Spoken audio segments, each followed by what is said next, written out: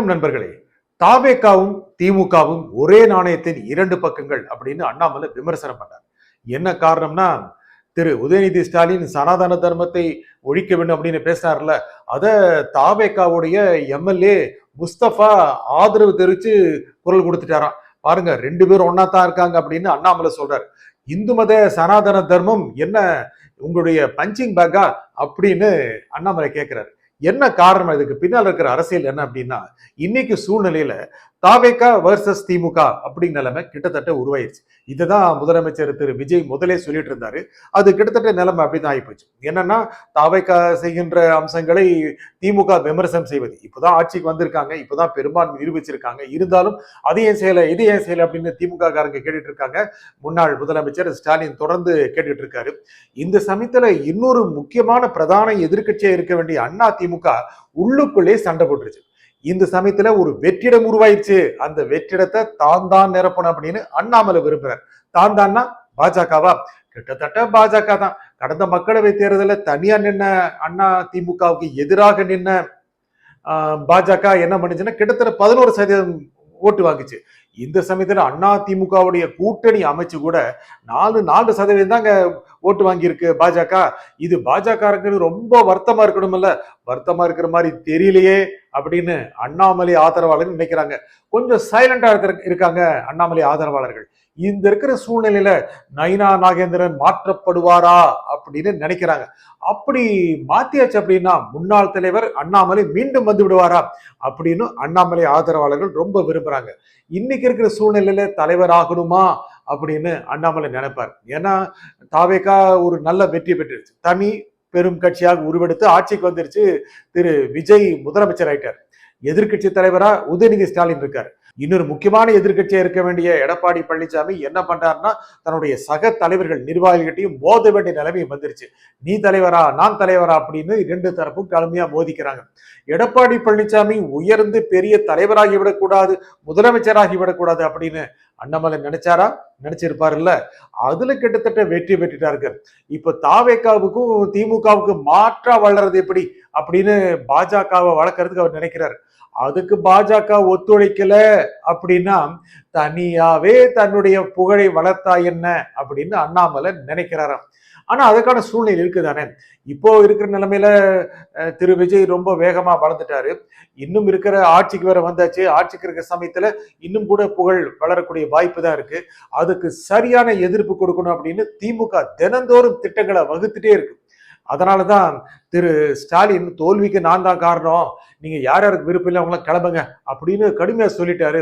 எல்லா தலைவர்களும் அப்படிதான் சொல்லுவாங்க. முக்கியமாக தான் பொறுப்பு அப்படின்னு இருக்கும்போது நிர்வாகிலாம் தலைவா நீங்கள் இல்லை நாங்கள் தான் பொறுப்பு அப்படின்னு சொல்லுவாங்க இல்லையா, அந்த நிலைமைக்கு தள்ள நினைப்பாங்க. திமுக ஒன்றும் பலவீனம் ஆயிடலைங்க, ரொம்ப பலவீனம் ஆயிடல. ஆட்சி அடைந்துட்டாங்க. முன்னாள் முதலமைச்சர் ஸ்டாலின் தோத்தாரு. இருந்தாலும் என்ன, தோற்றவர்கள் மீண்டு வருவது இல்லையா, அந்த மாதிரி வேகத்துல திமுக இருக்கு. மிகப்பெரிய கட்டமைப்பு கொண்டது. ஆட்சிக்கு வந்த பிறகு தாவேகாவும் தன்னுடைய கட்டமைப்பை வலுப்படுத்தி வரும்.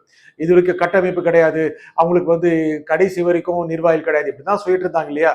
ஆட்சிக்கு வந்தாச்சு, அழகா ஸ்கெட்ச் போட்டு எல்லாமே செஞ்சிருவாங்க. அப்படி ஒன்றும் ரொம்ப பலவீனமாக எல்லாம் நடந்துக்க மாட்டாங்க. தன்னுடைய பலத்தை அதிகப்படுத்துறதுக்கு என்ன நினைப்பாங்க, இந்த இரண்டு கட்சிகள் தான் இருக்கணுமா, அதுக்கு மாற்றாக இன்னொரு கட்சி வரக்கூடாதா அப்படின்னு அண்ணாமலை நினைக்கிறார்.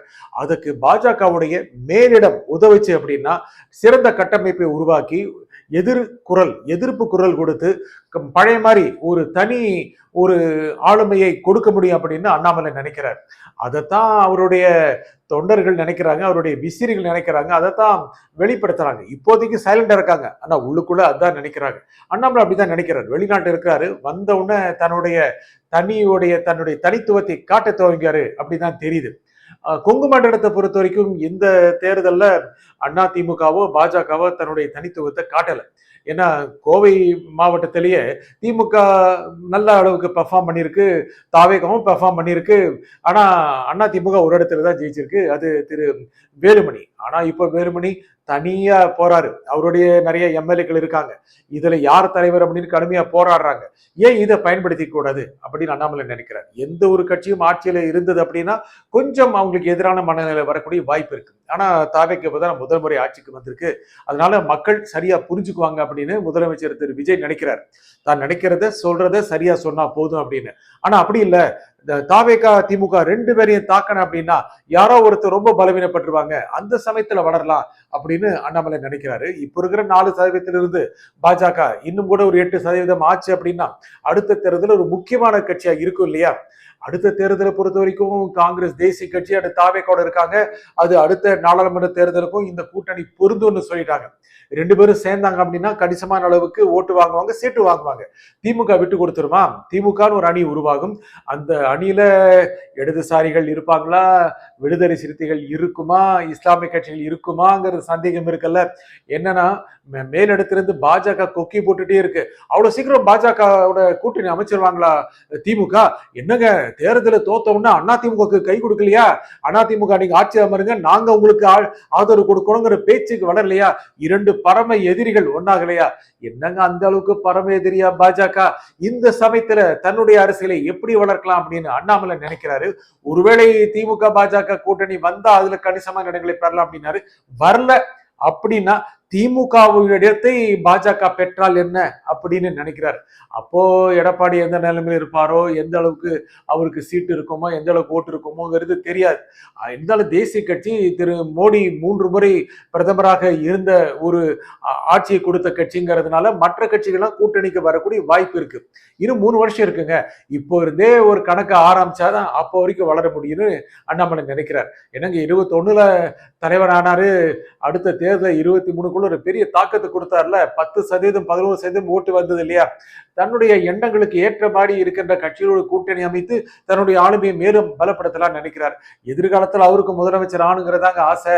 முதலமைச்சர் வேட்பாளராகவாவது ஆகணுங்கிற ஆசைங்க. முதலமைச்சர் ஆக முடியுதே இல்லையோ, முதலமைச்சர் வேட்பாளர் அப்படி இருந்தா எப்போதுமல்ல, ஒரு ஸ்டார் கிடைச்சிருமல்ல, ஒரு ஒளிவட்டம் உருவாயிருதுல்ல. அந்த ஒளிவட்டத்திற்கான ஏற்பாடுகளை இப்போவே செய்யணும் அப்படின்னு நினைக்கிறாரு. தன்னுடைய பெரிய அளவுக்கான ஐடி நெட்வொர்க்கை, முக்கியமாக தகவல் தொழில்நுட்ப ஒரு அமைப்பை ரொம்ப உஷாரா தான் வச்சிருக்கிறாரு. இன்னும் கூட உயிர் போடு இருப்பாங்க. இப்போ பெருசா இது கருத்து சொல்லிக்க வேண்டாம் நினைக்கிறாங்க. ஏன்னா அடிச்சா அண்ணா திமுக அடிக்கணும்னு நினைக்கிறாங்க. அண்ணா திமுக இப்போ இருக்கா அப்படிங்கிற நிலைமையில இருக்கணுமாங்கிற கேள்வி வரும் பொழுது அந்த இடத்தை பூர்த்தி செய்தால் திமுகவோட கூட்டணி அமைந்தாலும் பலமாக இருக்கலாம். அப்படி அமையாமல் போனாலும் இந்த திமுக தாவேகா அப்படின்னு ஓட்டு பிரிஞ்சு அப்படின்னா தேசிய கட்சியாக அதிக அளவுக்கு இடங்களை பெறலாம் அல்லது தொகுதிகளை பெறலாம் அப்படின்னு அண்ணாமலை நினைக்கிறாரு. முதல்ல தனக்கான வட்டத்தை அதிகப்படுத்தணும்னு நினைக்கிறாரு. இந்த வட்டம் பெரிதானாவே அரசியலில் தனி கவனம் பெற முடியும். அந்த அப்படித்தானே திமுக ஆட்சியில் இருக்கும்போது பல்வேறு குறைகளை சொல்லி மேல வர முடிஞ்சது. இப்ப பாருங்க, எடுத்த உடனே சனாதனங்கிற விஷயத்தை எடுத்துக்கிட்டு தாவேகாவையும் திமுகவையும் கடுமையாக விமர்சிக்கிறாரு. இந்த விமர்சனம் மக்கள்கிட்ட போய் சேரும். அது மட்டும் இல்லாம அவருடைய வட்டத்திற்கு அதிக அளவுக்கான ஒரு உற்சாகத்தை கொடுக்கும். சரி, இப்படி ஆரம்பிக்கலாம் அண்ணாமலை நினைக்கிறாரு. அது எப்படி இருக்கும் அப்படிங்கிறது அடுத்த சில மாதங்களுக்கு தெரியும். நன்றி, வணக்கம்.